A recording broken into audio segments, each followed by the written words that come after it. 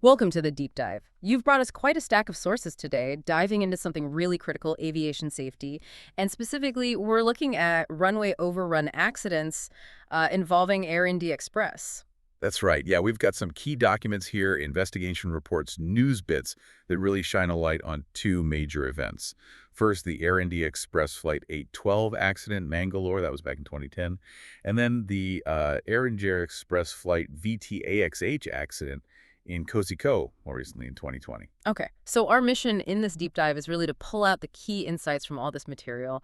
We want to get, a clear picture of the complex factors that kind of come together to cause these, well, thankfully rare but devastating events.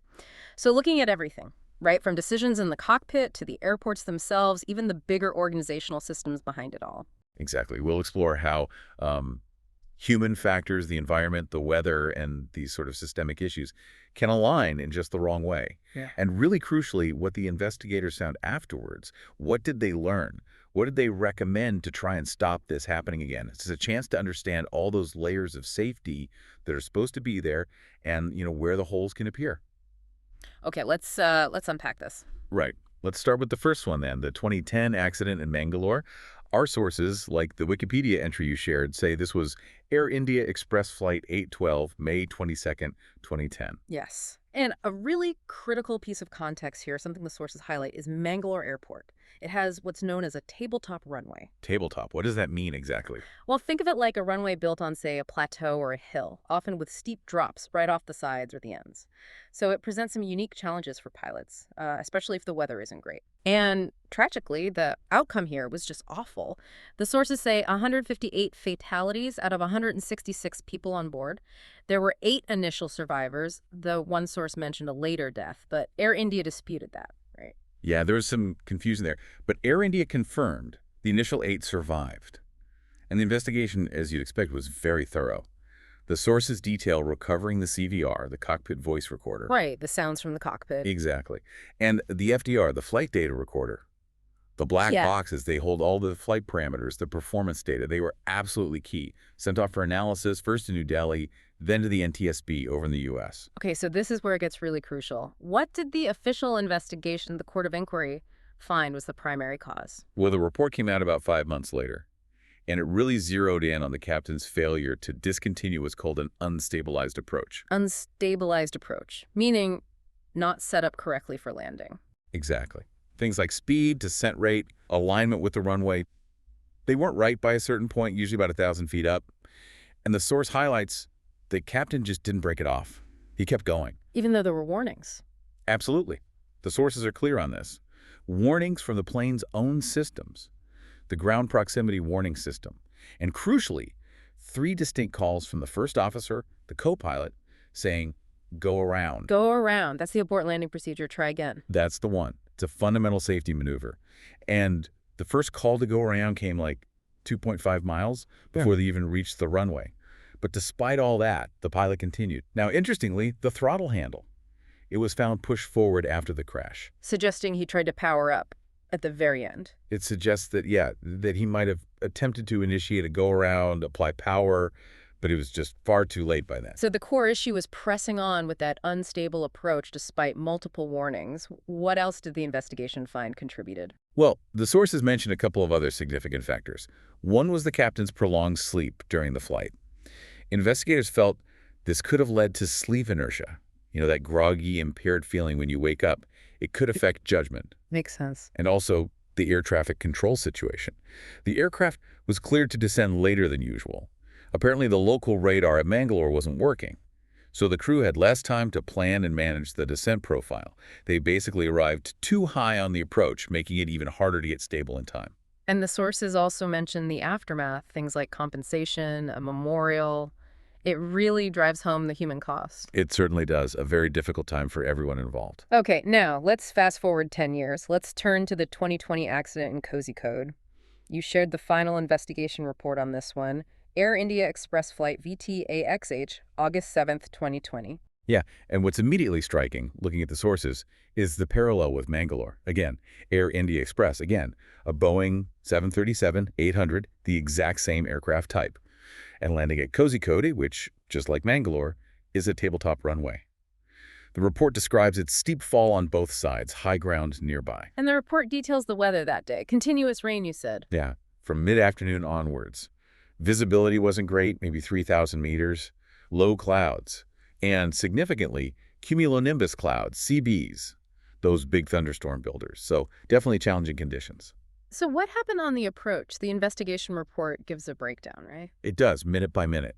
They actually tried to land on runway 28 first, but they performed a missed approach they went around, the reason given, due weather and heavy rain.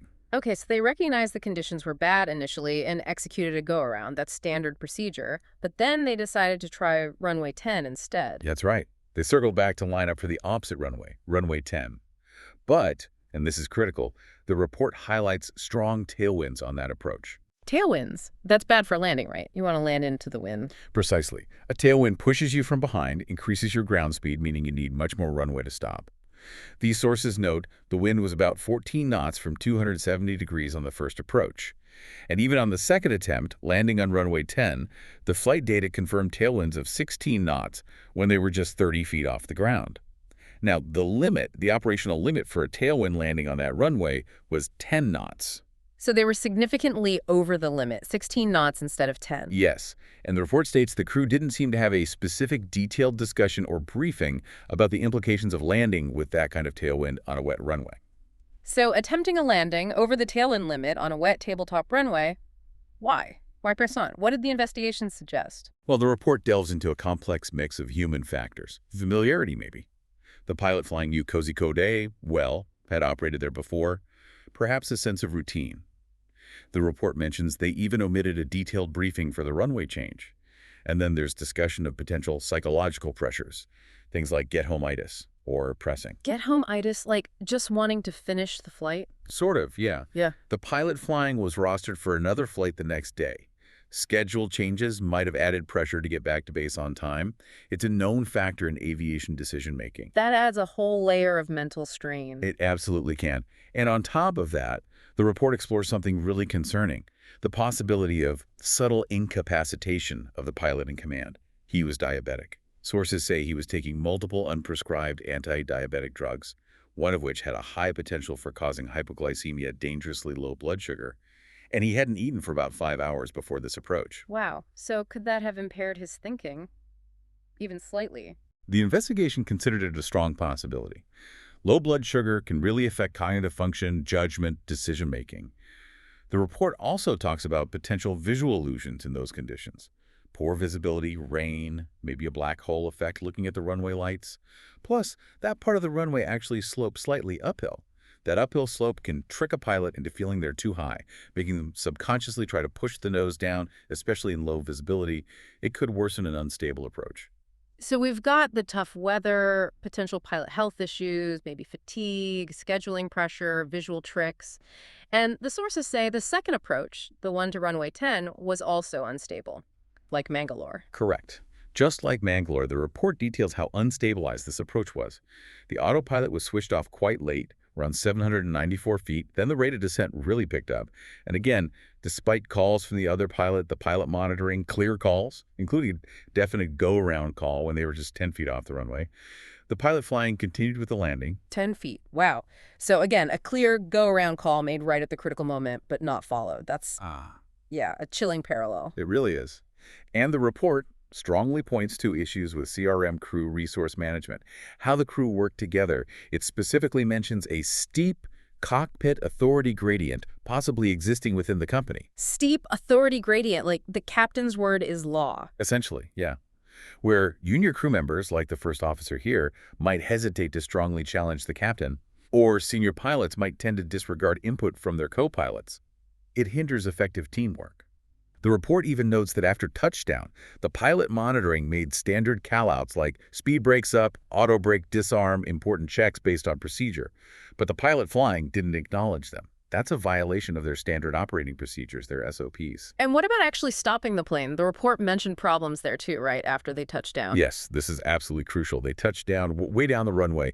The report says 438 feet past the threshold. That's basically halfway down the available runway. Halfway down on a tabletop runway. Yeah. It dramatically reduced the distance they had left to stop. Now, the auto brakes and the speed breaks those panels on the wings they did deploy.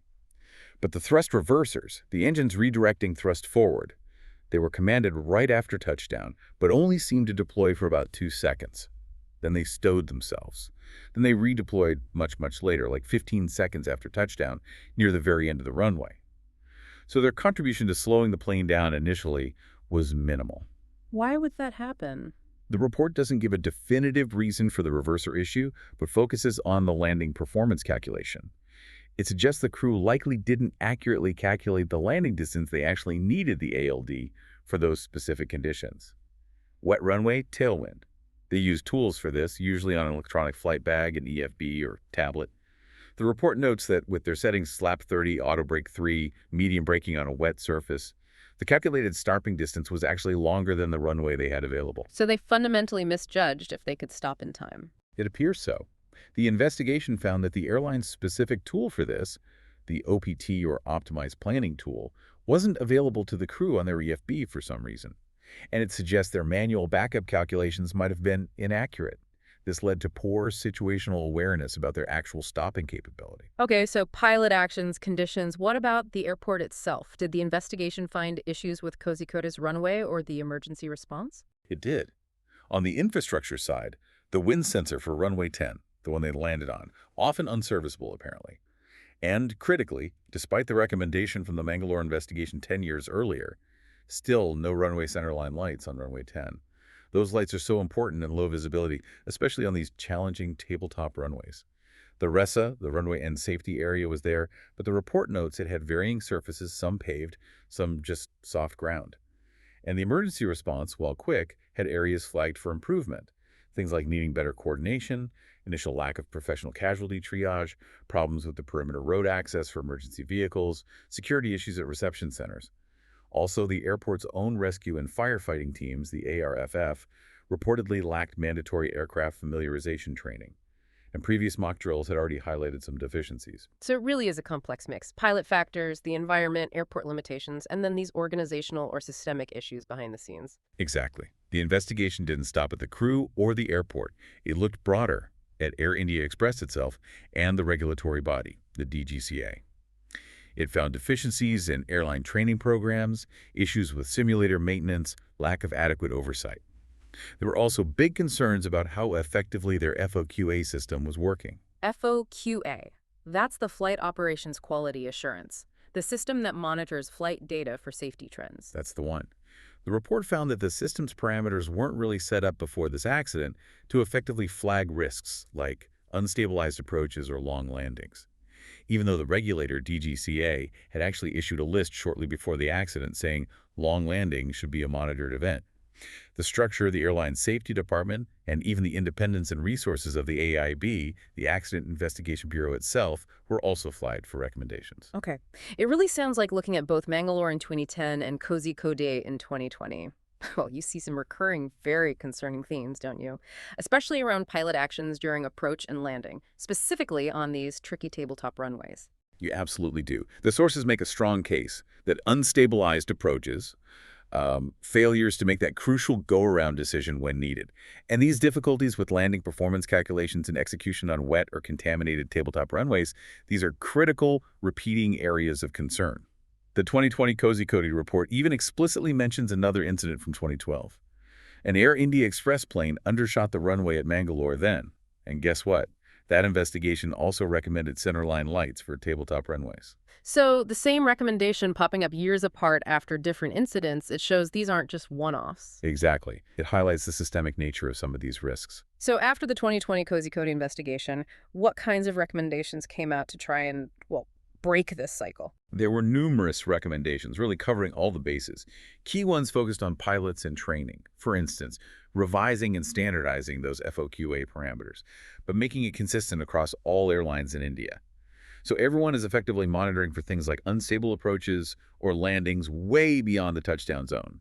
They also recommended beefing up simulator training, making sure pilots practice very specific, challenging scenarios, Like what kind of scenarios? like practicing go-arounds specifically from an unstabilized approach, Yep. practicing landings with tailwinds on wet or contaminated runways, handling situations like an extended flare or a balked landing where things don't go quite right during the touchdown. So using technology like Echo QA to spot risks earlier and using simulators to better train pilots for those exact tough situations. Precisely.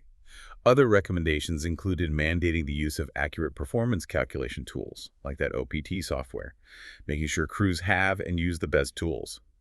Enhancing CRM training was another big one, specifically targeting that steep authority gradient issue we talked about, encouraging better teamwork and communication.